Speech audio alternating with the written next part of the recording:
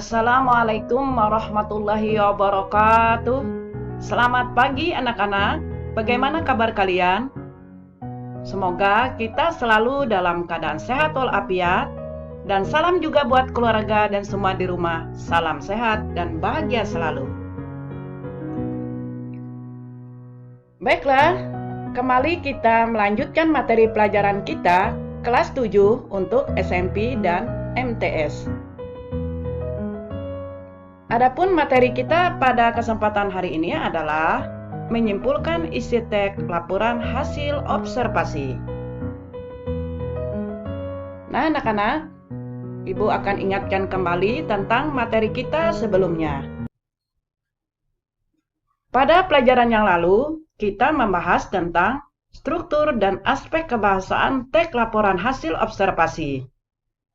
Nah, pada pertemuan kita pagi hari ini, kita belajar tentang menyimpulkan isi teks laporan hasil observasi.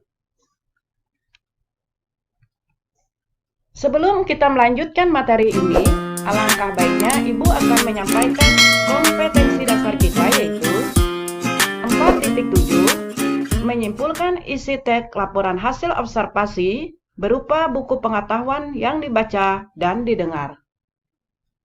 Adapun tujuan pembelajaran kita, setelah mengikuti seluruh rangkaian kegiatan pembelajaran, maka diharapkan siswa mampu menyimpulkan isi teks laporan hasil observasi dan menelaah bahasa teks laporan hasil observasi. Nah, apa yang dimaksud dengan menyimpulkan?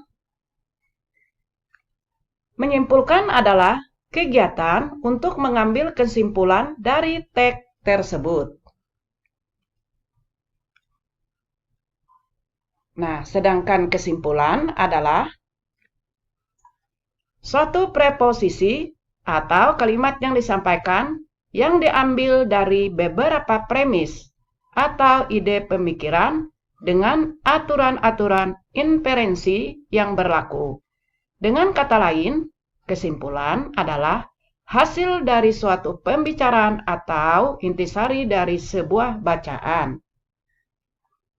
Nah, apa sajakah syarat-syarat dalam menyusun kesimpulan?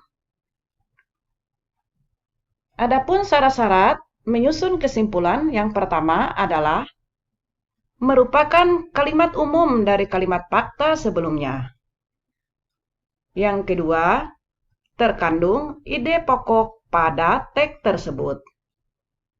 Dan yang ketiga, bersifat singkat, padat, dan jelas, juga mudah dipahami. Nah, lalu apa tujuan kita membuat sebuah kesimpulan? Tujuannya adalah untuk mempermudah mencari isi yang mencakup isi teks tersebut. Nah, anak-anak, adapun langkah-langkah dalam kita menentukan gagasan pokok pada teks laporan hasil observasi adalah yang pertama, mendaftar kata-kata kunci pada teks. Yang kedua, memetakan bagian-bagian pada teks hasil observasi. Yang ketiga, memetakan paragraf atau pemilihan kalimat utama dan penjelas. Dan yang keempat, menentukan kalimat utama. Kelima, merumuskan inti kalimat utama. Nah, inilah langkah-langkah apabila kita ingin menentukan gagasan pokok pada teks laporan hasil observasi. Seorang pengamat juga perlu memperhatikan langkah-langkah penting sebelum melakukan observasi. Langkah-langkah tersebut berguna agar kegiatan observasi berjalan terarah dan runtut.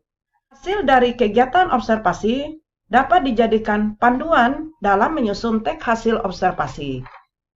Panduannya yang pertama adalah rangkuman teks laporan hasil observasi. Teks laporan hasil observasi biasanya disajikan dalam bentuk panjang. Oleh karena itu, teks laporan hasil observasi harus dirangkum terlebih dulu sebelum disampaikan kepada orang lain. Rangkuman atau ringkasan. Rangkuman atau ringkasan merupakan penyajian karangan dalam bentuk singkat dan efektif. Bentuk penyajian yang singkat mempermudah seseorang yang ingin membaca teks laporan hasil observasi. Meskipun disajikan dalam bentuk pendek, pembuatan rangkuman harus memperhatikan teks aslinya. Kalimat yang tercantum dalam rangkuman harus dapat mewakili teks aslinya. Nah, anak-anak, langkah-langkah yang dapat dilakukan untuk membuat teks laporan hasil observasi adalah sebagai berikut. Yang pertama, mencatat teks yang akan dirangkum dengan teliti. Yang kedua, mencatat pokok-pokok gagasan yang menjadi inti. Yang ketiga, merangkaikan kembali inti teks dengan kalimat sendiri. Yang keempat adalah menyunting rangkuman baik dari segi isi maupun bahasa. Lalu bagaimana cara kita menyusun teks laporan hasil observasi?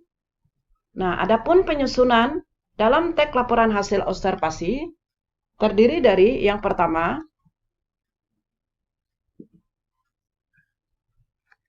melakukan kegiatan observasi. Nah, aspek-aspek yang harus dilakukan ketika melaksanakan observasi adalah sebagai berikut. Yang pertama, menentukan tujuan dan fungsi kegiatan observasi. Yang kedua, mencatat data yang diperlukan dan menyesuaikannya dengan tujuan observasi.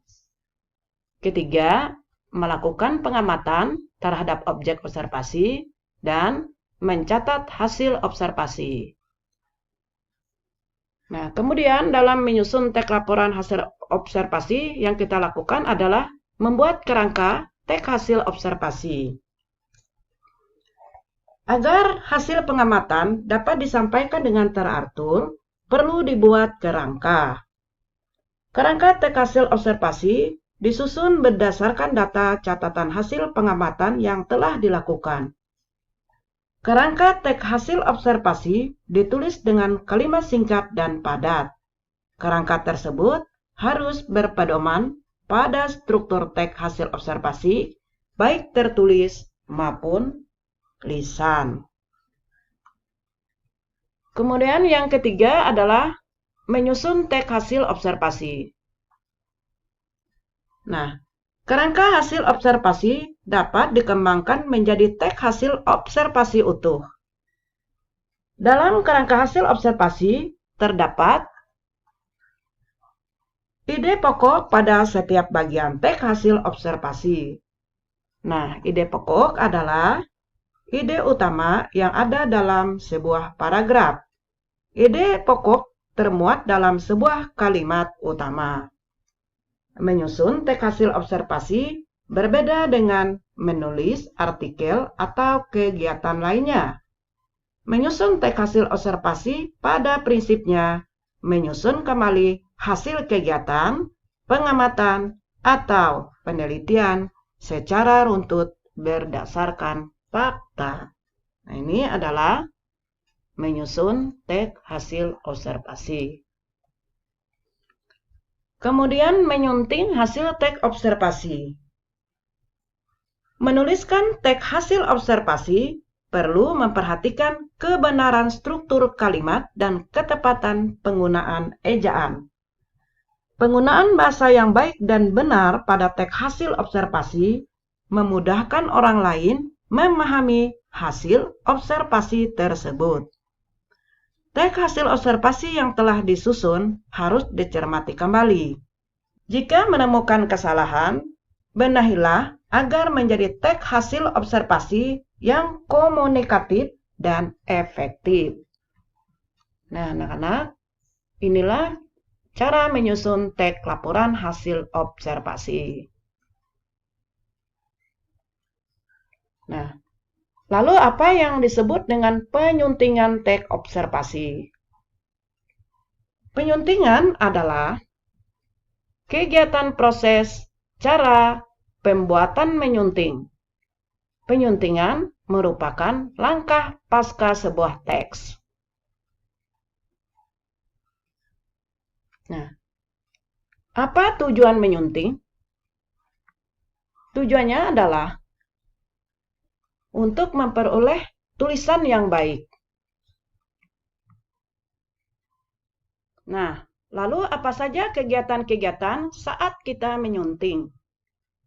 Adapun kegiatan-kegiatan saat kita menyunting adalah yang pertama, membaca, mencermati, menambah atau mengurangi isi teks. Selain itu, kita memperbaiki kesalahan kebahasaan dan unsur-unsur yang kurang tepat dalam teks. Nah, anak-anak, inilah tentang menyimpulkan isi teks laporan hasil observasi. Nah, ini ada soal anak-anak.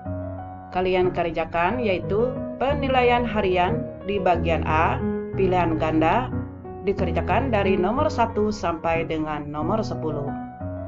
Jadi, kalian mengerjakan soal, yaitu penilaian harian di bagian A, pilihan ganda, soal dari nomor 1 sampai dengan nomor 10 yang ada pada halaman 116 dan halaman 117 di buku Bahasa Indonesia. Selamat bekerja, semoga sukses selalu.